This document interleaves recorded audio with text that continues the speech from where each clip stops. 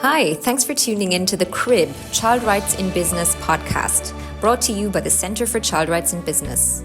You're about to hear episode 2 of season 2, but in case you're tuning in for the first time, this podcast explores human rights and sustainability in the tea industry. In season 1, we honed in on Sri Lanka, whereas in this season, we're zooming out to explore the bigger picture, focusing on evolving human rights due diligence regulations, opportunities and challenges in ensuring fair and ethical production, sustainable practices, and more. In the following episode, the Centre CEO Ines Kaempfer sits down with Dr. Sharon Hall, Chief Executive of the UK Tea and Infusions Association, during the recent Colombo International Tea Convention. Tune in to learn about the UK Tea and Infusion Association's work, the changing regulatory environment both in post-Brexit UK and in the EU, and what that all means for the tea value chain and consumers. This and more is coming up. So I'm back here with Sharon Hall. She is the Chief Executive of the UK Tea and Infusion Association. She as well had a very long day here at this Colombo Tea Convention, but volunteered to nevertheless have a quick chat with us. So thank you so much. Maybe we can start by you introducing yourself and your association quickly. Absolutely. Just giving the listeners a bit of an insight in who you are and what you do. Well, it's a pleasure to join you. I'm Sharon Hall. I'm Chief Executive of the UK Tea and Infusions Association. I've been there for 6.5 years. We represent well over 90% of all the tea sold at retail in the United Kingdom. And when I say tea, I'm including Camellia sinensis and fruit and herbal infusions. What we do is we represent the industry on all types of matters, but I would say our day in, day out job is largely focused on technical and regulatory issues. So we are looking at policies that come out of government, we're assessing what impact they'll have on the supply chain, and then we are working with our members to pull together positions so we can go and advocate for a pragmatic environment in which to do business. And so we're very, very lucky in that we have a group of very engaged member companies who are very happy to work openly on anything that is pre-competitive. It got a bit complicated for us when we were part of the European Union. Of course, sadly, we left the European Union, and now we have a double job because the EU is still our biggest export market for packed tea. So we have to follow all the policy and regulatory landscape in the EU, but we have now our own policies and laws in GB, which are slowly but surely diverging away from the EU. So we have to keep track of that. And we do a lot of horizon scanning to see what's coming down the line to really prevent shocks to the businesses. Thank you so much. I think you will have very interesting times ahead of you. I think also with all the human rights due diligence legislation and particularly obviously the CS-DDD in Europe, that probably will give you quite a bit of work to guide companies on that journey.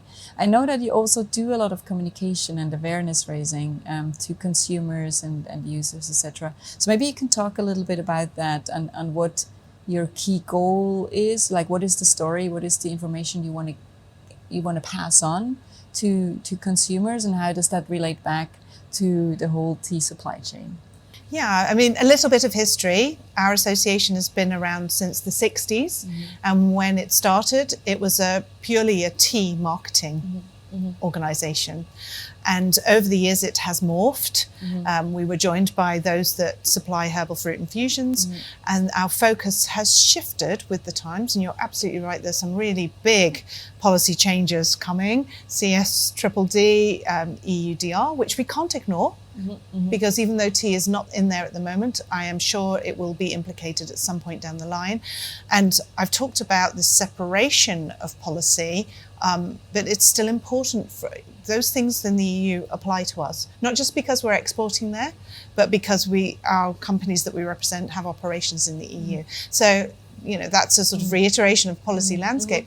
But in terms of communications, we are extremely lucky that the members, we use some of the member subscriptions to fund the independent tea advisory panel. And that has been working for several years now to collate the evidence to promote the health benefits of tea and herbal infusions. So everything we do in the association, be it something to do with policy or something to do with health, is evidence-based. And we have formed this independent panel, which is doctors, chemists, dentists, wellness experts, nutritionists, to assess the information that is out there, make sure that anything we use in communications is gold standard. And what they tend to do is put together for us meta-analyses paper. So that might involve analysing or reviewing, better word, thousands of publications on a particular topic. Let's say the benefits of tea for heart health. And when you look at those thousands and you have very strict criteria, we call it the PRISMA model, that looks at the quality of the research in those papers, you very quickly get down to a smaller number of papers, but those that you can definitely hand on heart say these are very, very accurate. So we use those peer-reviewed journal papers to then write booklets, promotional materials, or press releases that we send out to the UK press. And we really punch above our weight, I would like to say, for the small budget that we have in terms of the coverage we get for these stories about health. We are moving slightly more now into lifestyle, and I talked today in my presentation about we need to position tea for people in different moments throughout the day. We're very focused on trying to get that next generation to drink tea. And they don't want to drink the tea that their parents drink or their grandparents drink. So we really need to reimagine tea for their lifestyle. And I talked about drinking tea pre and post exercise, or take the tea with you. And that speaks to many messages. This speaks to that sustainability message of taking your reusable cup with you. Make your tea how you like it in the morning and take that tea with you.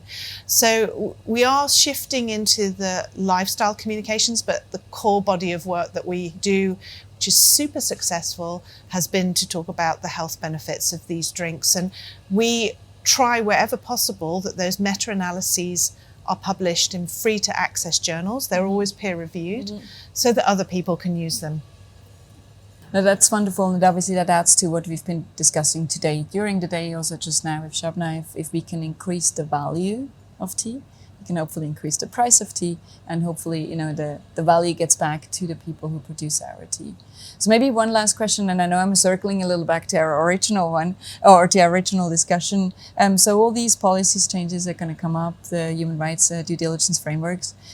Do you see that largely as opportunities, or where do you see the challenges for the tea sector? Yeah, so just to touch on what you said, and I said it today, and I firmly believe it, if we are asking producers to meet this ever-increasing burden of regulation, we are asking them to be stewards of the environment, we're asking them to control emissions, somehow that has to be recognised. That's a public good.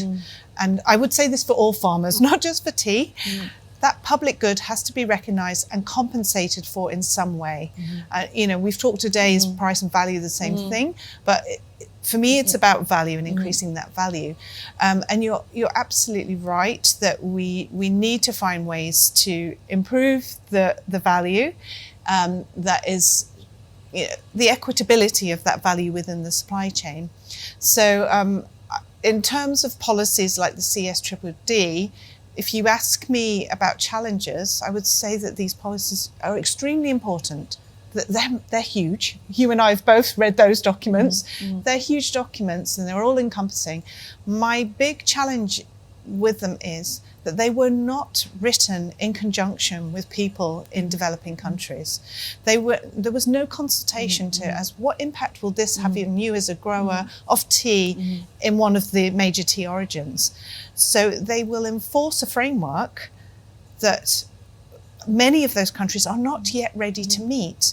And I do think the policymakers in the EU, and I'm talking about the EU because UK doesn't have the equivalent of that yet, it will come, but they need to really think about how they're going to help producers in the developing world meet the requirements that they are setting out. It is not like growing a crop somewhere in Europe.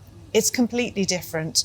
And I think our role in that is to also find the funds, find the knowledge base to support in how they can address some of these challenges. For example, tackling pests and diseases that we know are becoming an increasing challenge as the climate changes. If you take away all the synthetic chemical tools, which I fully understand is the way we want to go, I am passionate about integrated pest management. But if you just take away all those tools, how can the crop be grown? So there needs to be that care and concern about how we take people on a journey to reach the goals that those types of policies are trying to achieve.